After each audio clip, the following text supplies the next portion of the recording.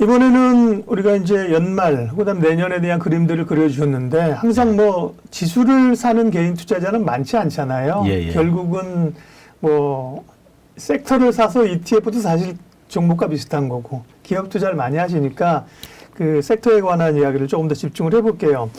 그 이제 지수보다는 이제 지수는 위쪽이 좀 갇혀 있지만 초대형주가 아닌 중대형주 혹은 뭐 중형주 맞아요. 이런 쪽으로 수급이 갈 수 있다 그러셨잖아요. 그런 그 로직이나 혹은 또 그랬을 때 나타날 수 있는 변화들은 어떤 건지 조금 더 상세하게 얘기해 주세요. 네. 일단 중형주나 중대형주로 가게 되면은 이제 초대형주 쪽은 오늘처럼 살짝 눌리는 그림이 나올 거기 때문에 지수상의 변화는 별로 없을 거고요. 예.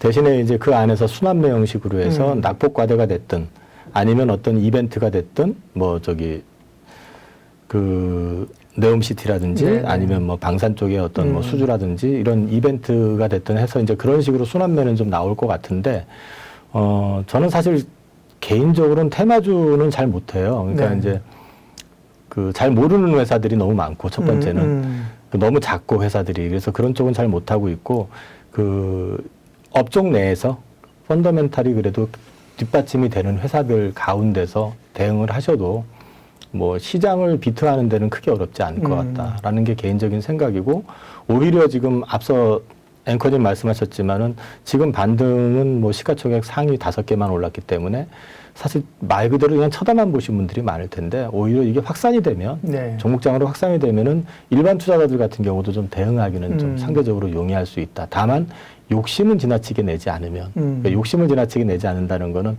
주가를 보고 있으면 계속 올라가면은 그거 한참 쳐다보고 있으면 나도 모르게 자꾸 사고 싶어지는 충동이 그렇죠. 생기거든요. 예.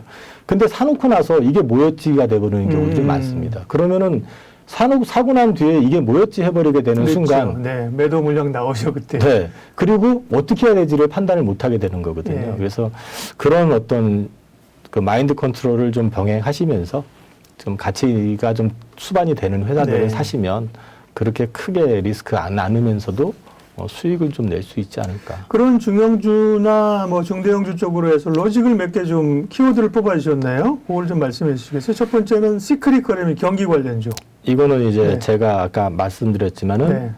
그 제가 보는 뷰 자체가 이제 역실적 장세의 끝무렵이기 끝물이다. 때문에 네. 이제 거꾸로 이 시클리컬과 관련되어 있는 주식들 반도체도 이미 저는 바닥 시그널은 나왔다고 보거든요. 네. 삼성전자가 감산을 안 한다.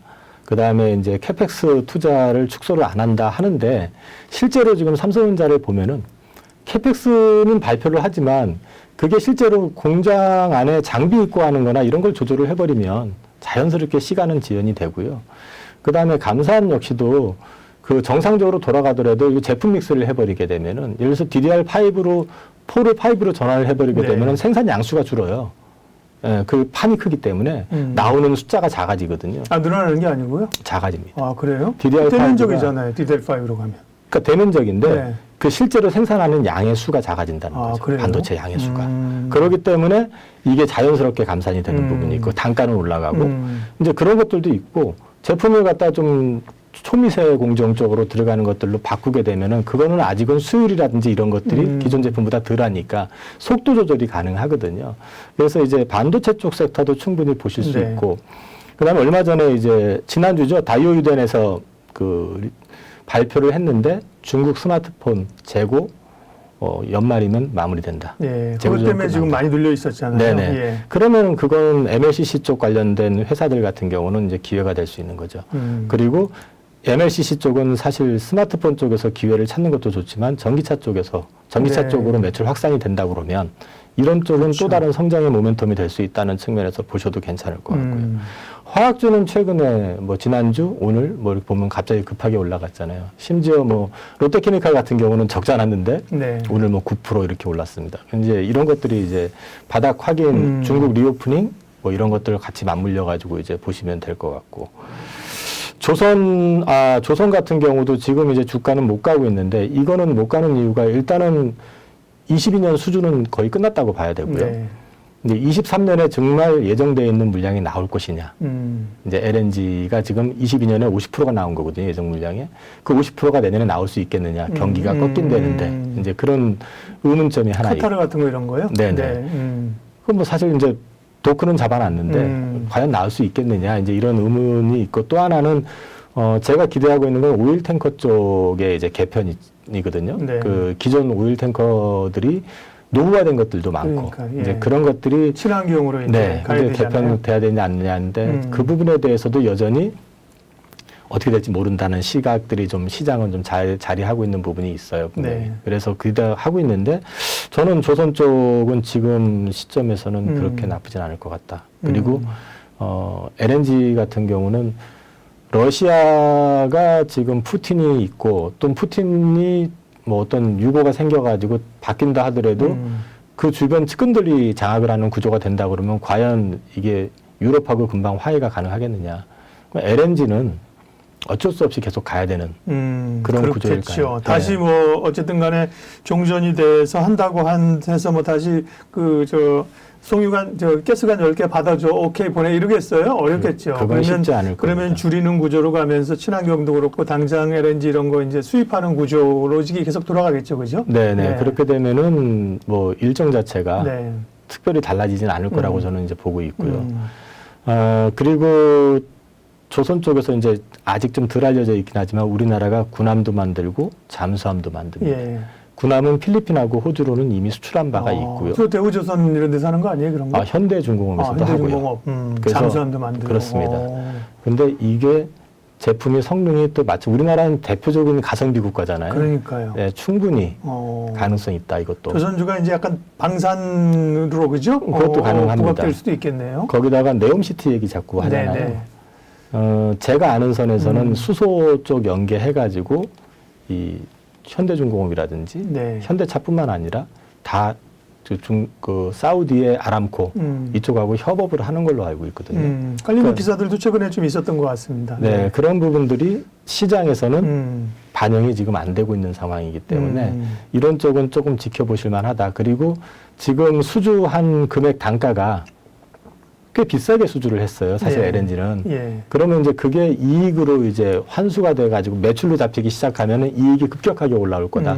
거기다가 이 환율이 꺾이기는 했지만 다시 이게 1,100원 밑으로 떨어지거나 그럴 상황이 아니기 때문에 이익률도 상당히 유지가 될 것이다라는 측면에서 봤을 때는 저는 뭐 조선도 네. 괜찮을 것 같다. 그 다음에 아까 경기 관련 시크리컬 라인에 자동차가 밑에 있었습니다. 자동차도 고민들이 많습니다. 네.